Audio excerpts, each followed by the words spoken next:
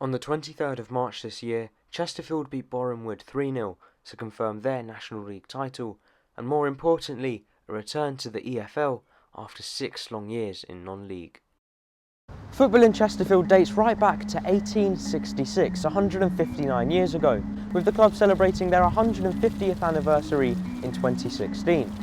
The team has spent most of their time around the top end of England's footballing pyramid in Divisions 2 and 3.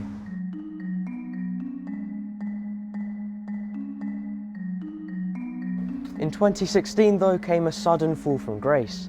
The 14-15 season ended in heartbreak as Paul Cook led his Chesterfield side to the League One playoff semi-finals, but they were knocked out on aggregate by Preston North End.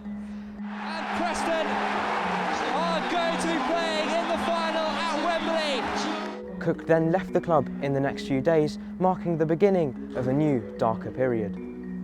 At that time, it felt like the owner had sort of not bottled it, but it felt like he didn't want to put the same level of investment into the club as he had done previously. Right. So we sold our top scorer, Owen Doyle, midway through the season. And after that, it was kind of like, we did well to get the playoffs at all, really, because we'd sold our best player. And then, obviously, after that, Cook left. All our players, absolute fire sale. So yeah, there was a lot of negativity around at that point.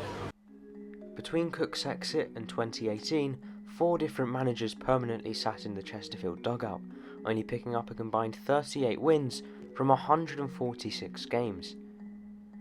2 successive relegations came in this period, the club dropping into non-league for the first time in 97 years. I'll be honest, I never thought I'd see Chesterfield in non-league. It just never factored into my thinking that we'd ever dropped that drastically. But yeah, it was a really, really tough time to support the club.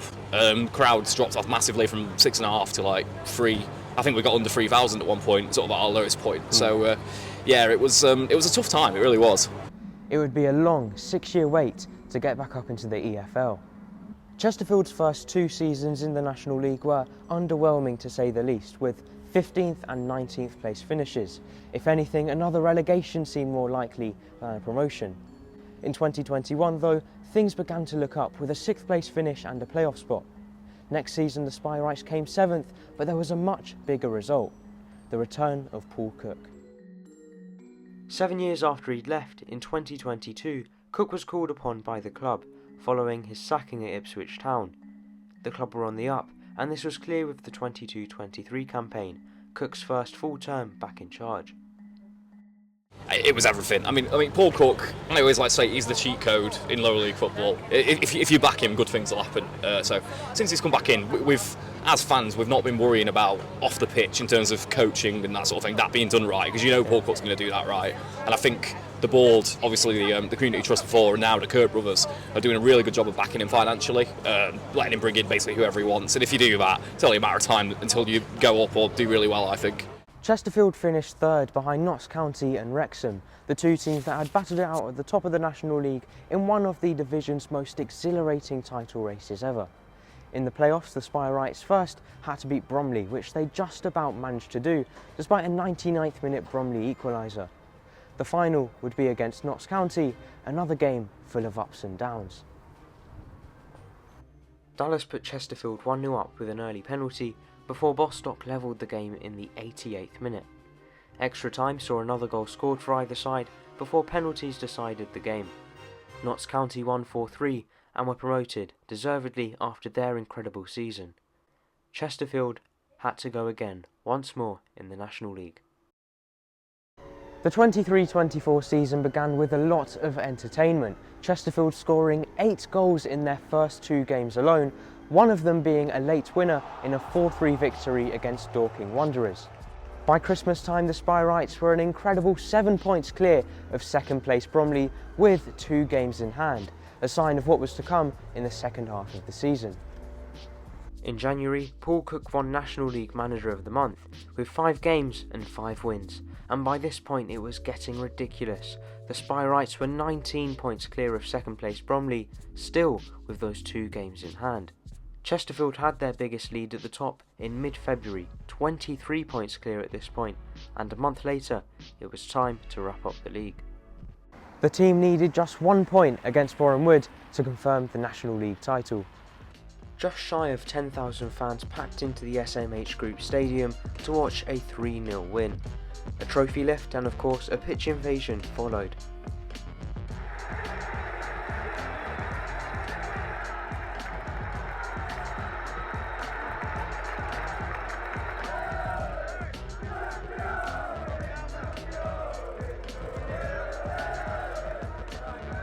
And not long later, an open-top bus paraded the trophy around the town, with around 7,000 supporters turning up for a day of celebration. I think that's probably the best season we'll ever see, just in terms of sheer number of wins and the feel-good factor. You know, turning up and thinking you're going to win every single week. It really was something else, and I think it'll live long in the memory of all Chesterfield fans. I mean, it's everything to this club. You know, we were a Football League club for 97 years before dropping into non-league, so getting our Football League status back, it meant everything to us all. It was a very emotional day, the Warrenwood game. A lot of pints were drunk afterwards, and after that it was just party atmosphere for the rest of the season, to be honest. After 6 long years, Chesterfield are finally back up in the EFL, and they've gotten off to a good start too, sitting in 4th place after a few games have been played. Today they take on Salford City in what should be another entertaining clash with a large crowd. Well, as you can see, I'm in the press box for this game as well, and a big thank you to Nick Johnson from Chesterfield FC for arranging this. It's a fantastic view of this fantastic stadium. We've got a couple hours till kick-off now as well, so let's try some food. Okay, food here at Chesterfield. We've got a chicken booty pie, steak and ale pie, Dr Pepper, result they have that, and a Coke, and this came to £15, not bad. Cheeseburgers weren't ready yet, unfortunately. However, these do look very nice, and look at these forks as well. They've gone eco-friendly, but they've also gone strong, so hopefully they'll hold up. Do you want to try it? No need for a fork. Nice, Good? right, yeah. Looks good. Right, let's tuck in. As well as the influence of manager Paul Cook, another big reason for Chesterfield's success on the pitch the past couple of seasons is of course the players. You've got Will Grigg, the iconic Will Grigg, who joined last season, I believe it was, from MK Dons, and of course he scored quite a few goals, 24 last season to be exact, coming 3rd in the National League Golden Boot race. You've of course got Quigley, Dobra, some of those names coming to mind, who of course played big parts last season in the National League, who are still here today in League Two. And that is, I think, one of the best things about this current Chesterfield team, is that they haven't had to mess around too much with it. Yes, they've had a couple of departures, they brought in a few players as well, and it's been smart business, with the majority being loans or free transfers. However, the main thing is that they've kept the bulk of their National League squad last season. They brought them into this League Two campaign, and they're still doing just as well with these same players. It's good business from them, and you know, hopefully it does them good, it does them well. The players are out on the pitch, ready for what would be an entertaining encounter.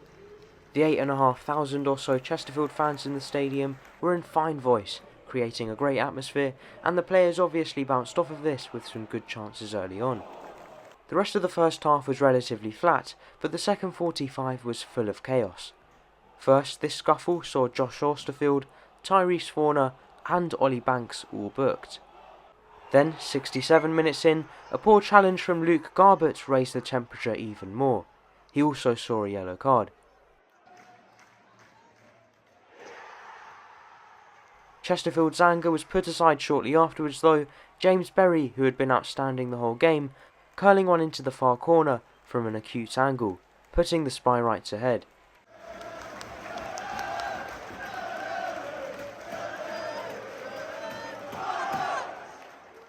In the aftermath of the goal, Salford's Curtis Tilt was booked for saying something to the linesman.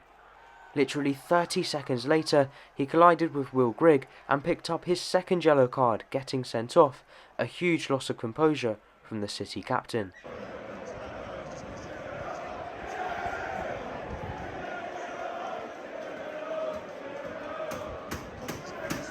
Kelly and Mai was brought on for Salford as a last resort and was a super sub, with his shot in the dying moments of the game creeping past the keeper and into the back of the net. It was poor defending and saw the game end 1-1, a point for either side.